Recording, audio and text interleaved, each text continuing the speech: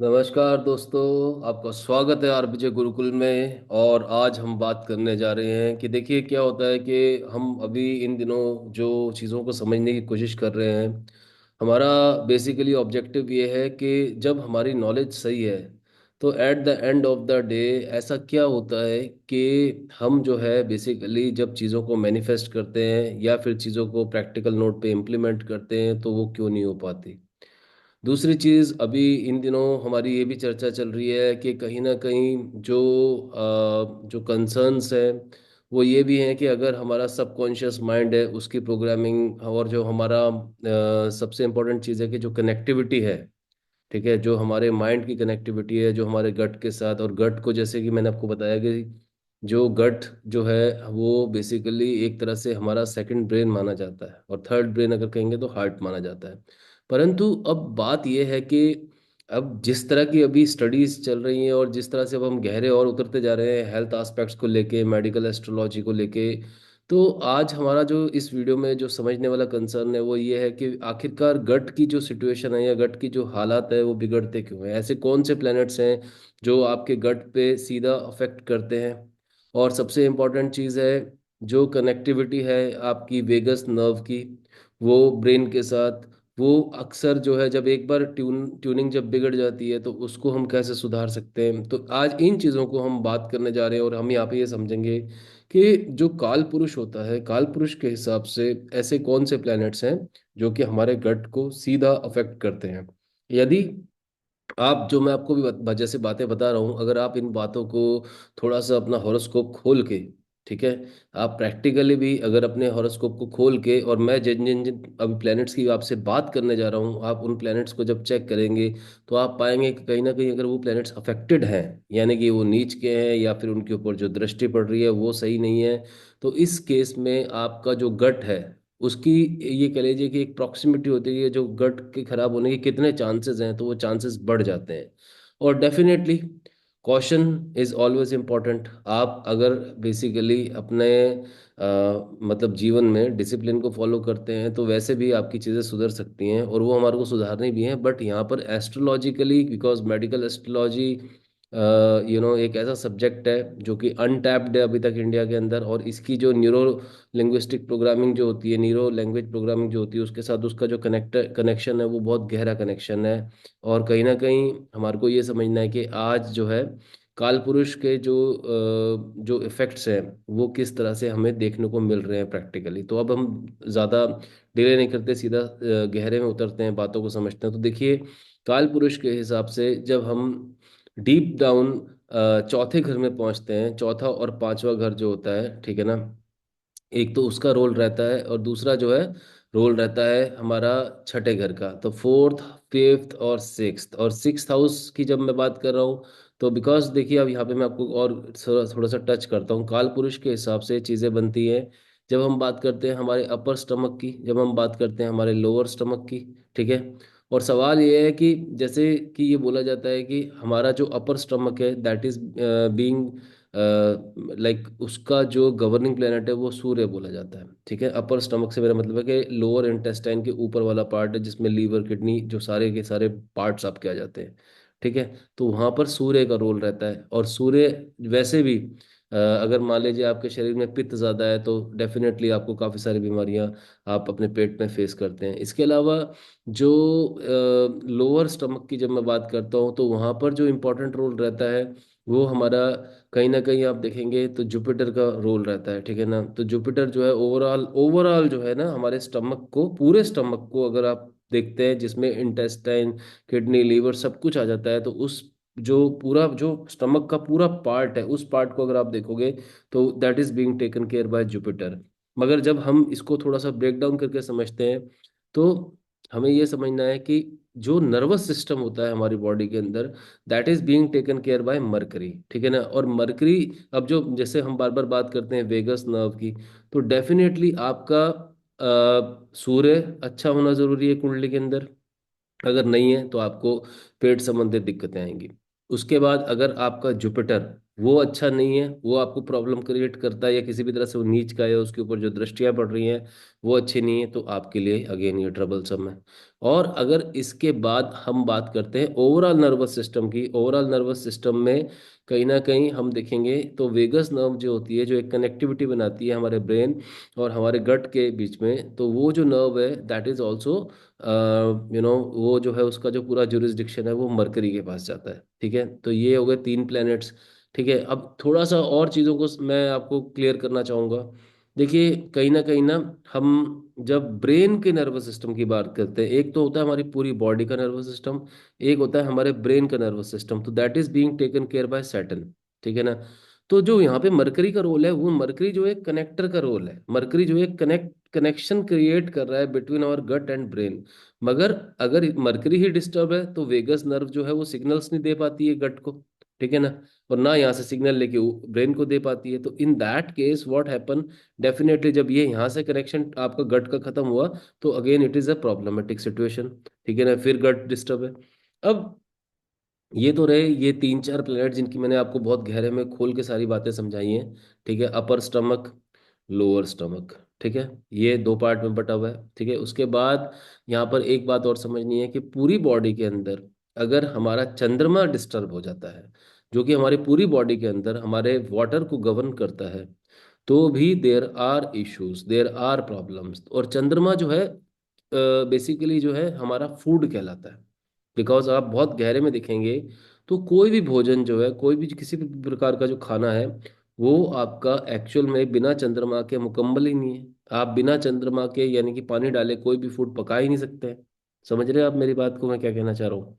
तो यहाँ पर ये समझना है कि अगर इन ग्रहों से रिलेटेड हम डिसिप्लिन अपनी लाइफ के अंदर लेके आते हैं, only then things can be managed in a very proper way. ठीक है, ये ऐसा नहीं होता है कि देखिए एक पॉइंट ऑफ व्यू तो वो है कि एक लेमैन पॉइंट ऑफ व्यू होता है। यहाँ पे लेमैन पॉइंट ऑफ व्यू कहता है कि हम सुबह 4 बजे उठेंगे, हम फिर सूर्य को जल चढ़ाएंगे, सूर्य नमस्कार करेंगे। ठीक है और यहाँ पे हमारे को ये भी बात समझनी है कि वो जो सारा डिसिप्लिन है वो हम अगर इम्प्लीमेंट कर पाते हैं तो बेहतरीन चीज़ है, उससे बढ़िया कोई चीज़ नहीं है। मगर मैं यहाँ पर एस्ट्रोलॉजी के स्टूडेंट्स को भी बिकॉज चीज़ें समझा रहा हूँ, तो मैं उस पॉइंट ऑफ व्यू से भी ये थोड़ा सा एंगल जो है बता रहा हूँ। एक लेमन पर्सपेक्टिव भी मैंने आपको बताया, लेमन पर्सपेक्टिव के पॉइंट ऑफ व्यू से तो definitely only the good habits can save you. ठीक है ना, आपको अल्कलाइन वाटर पीना है। ठीक है, फॉर एग्जांपल आपको जो है फल फ्रूट की जो एक मात्रा है वो प्रॉपर तरीके से अपने डाइट के अंदर रखनी है। आपको बेसिकली जो ये शुगर है, जितने भी वाइट पॉइजन्स हैं, आपको ये खत्म करने हैं। वाइट पॉइजन से मेरा मतलब है कि आपका गेहूं का आटा, ठीक है ना, आपका मैदा, ठीक है ना, ये भी खतरनाक है। आपका नमक, ये भी बहुत खतरनाक है। ठीक है ना, ये सारे डिसिप्लिन के पार्ट है। एज अ लेमैन आपको ये तो इम्प्लीमेंट करने ही करने पड़ेंगे, दिस इज फॉर श्योर। अगर आप नहीं करते हो तो इट्स अ प्रॉब्लम। समझ रहे हैं आप मेरी बात को, मैं क्या कहना चाह रहा हूँ? परंतु और किंतु यहाँ पर एस्ट्रोलॉजी के स्टूडेंट होने के लिहाज से भी आप समझिए कि अगर चौथा जो है आपका हाउस डिस्टर्ब होता है, तो lower part, sorry upper part of stomach जो है वहां से टच होना शुरू होता है। फिर पांचवा पार्ट जो है वहां पर अपर स्टमक पूरा कवर होता है। ठीक है, अब पांचवें पार्ट, जो आपका जो अपर स्टमक है, जहाँ से बिल्कुल एग्जैक्टली जो है वो सारा सूर्य के अंडर में आ जाता है। ठीक है ना, अब सूर्य जो है उससे रिलेटेड अगर आप डिसिप्लिन नहीं रखेंगे तो इट्स अ प्रॉब्लम। जैसे कि सूर्य से रिलेटेड डिसिप्लिन है क्या, कि आप 6:30 बजे से पहले शाम को जो भी खाना पीना, अपना खाना पीना खत्म कर लें, समाप्त कर लें। ये नहीं कि आप रात को लेट नाइट जो है आप अपना भोजन ग्रहण कर रहे हैं और उसके बाद आप एक्सपेक्ट कर रहे हैं कि आपकी प्रॉब्लम्स जो है सॉल्व होगी, कभी नहीं होगी। It's a hard core fact, आप इस बातों को समझिए। दूसरा, अभी वाइट चीज़ों की बात चल रही थी, तो आप देखिए दूध को कंज्यूम करते हैं, again milk is also not required by your body, but आप लोग लेते हैं और इट्स अ ट्रबल समथिंग। ठीक है ना, आपको दही खाने का मन करता है, आप नारियल के दूध की दही जमा लीजिए। इन दूध के और भी सोर्सेज हैं। दूध आपको पीना है, आप सोयाबीन का पी सकते हैं, आप नारियल का दूध पी सकते हैं, आप नारियल के दूध की दही जमा सकते हैं। There are lot of good health channel which are giving you continuously guidance. मगर आप इन सारी चीज़ों को एज अ लेमैन तो समझिए समझिए, but as a astrology student भी समझिए कि जिन हॉरोस्कोप्स के अंदर आपको जुपिटर खराब मिल रहा है, सूर्य खराब मिल रहा है, ठीक है, जुपिटर सूर्य खराब मिल रहा है तो प्रॉब्लम है। फिर अगर बुध खराब मिल रहा है तो प्रॉब्लम है। पूरा का पूरा बुध का क्या होता है, दायरा होता है। अब ये जो नर्वस जो पूरा पूरा नर्वस सिस्टम है, ये नर्व्स हैं, ये है क्या, एक पूरी की पूरी पाइप के अंदर सारा का सारा हमारा जो है बैक्टीरियल सिस्टम जो है वो पूरा का पूरा चल रहा है। This is how we have to understand. अब मगर इसकी कनेक्टिविटी कहाँ होगी? इसकी कनेक्टिविटी हमारे ब्रेन सेल्स के साथ होगी। ब्रेन के साथ होगी, कैसे होगी? वेगस नर्व के साथ थ्रू होगी। और वेगस नर्व के थ्रू जब कनेक्टिविटी हमारे को करनी है, तो वेगस नर्व का भी आपका जो है बिल्कुल परफेक्ट है कि नहीं, यानी कि कहते हैं वो जो तार है, वो जो नर्व है, उस नर्व का सही होना भी बहुत जरूरी है। तो आप बुध के डोनेशंस आप कर सकते हैं, अगर आपकी कुंडली में बुध खराब है, हरी चीज़ों के डोनेशन, या फिर आप जो है अपने गार्डन के अंदर समय बिताइए, आप पेड़ पौधों की सेवा कीजिए, आप नेचर से थोड़ा सा जुड़िए। आपका बुध जो है आपका, यानी कि आपका ये स्ट्रांग होने लगेगा, मरकरी, ठीक है ना। तो this is how we have to understand. और अ, मैंने आपको बताया जुपिटर। अब जुपिटर के पॉइंट ऑफ व्यू से क्या है कि अगर आप केले के पेड़ की सेवा करते हो तो आपका गुरु और बुध जो है बाय डिफॉल्ट अच्छा हो जाता है, ये भी समझिए।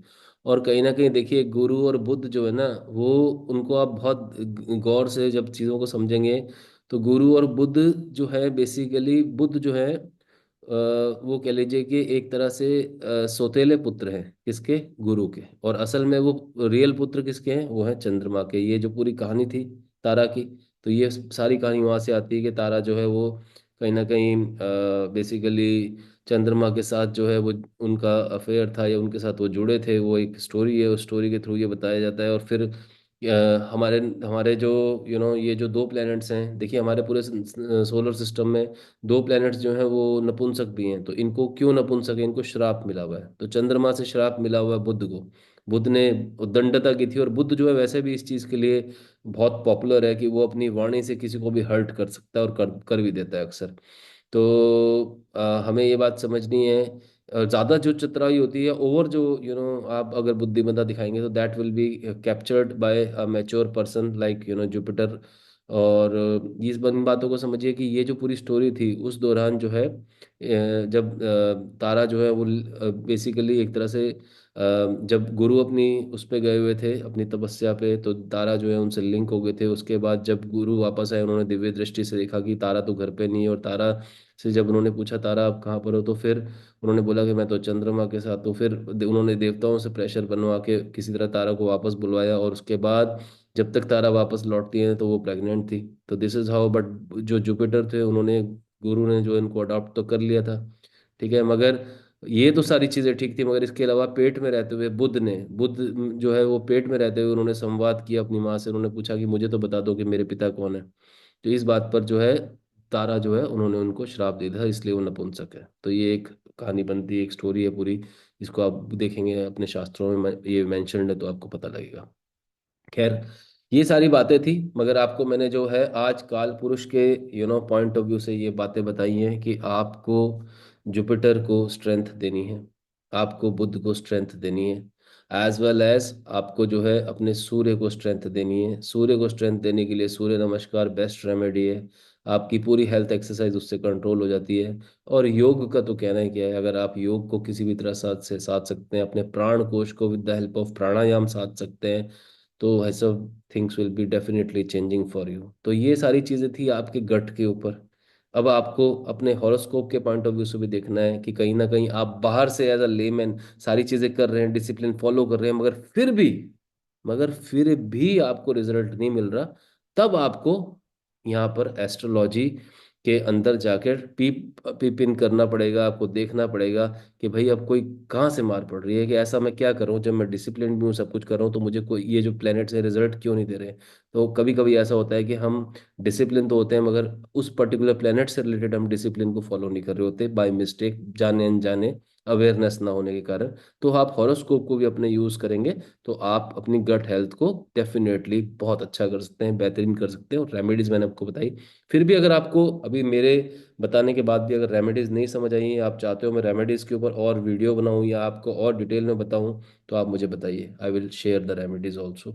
और अगर आपको लगता है कि अभी भी आपको कोई प्रश्न है मन में इस वीडियो को देखने के बाद, तो ये वीडियो को देखने के बाद अगर कोई भी प्रश्न होगा आपको, तो आप कमेंट सेक्शन में डाल दो, ठीक है ना। और आपको लगता है कि एक वीडियो में और दूं आपको इस तरह का कोई आपकी पसंद के टॉपिक का, या जहां पर मैं उन उन एस्पेक्ट्स को टच करूं कि जब आप एज अ लेमैन तो सब चीज़ें कर रहे हैं, फिर भी आपको रिजल्ट नहीं मिल रहे, तो देन डेफिनेटली आपको जो है एस्ट्रोलॉजिकली ये सारी चीज़ें चेक करनी है अपने चार्ट्स के अंदर।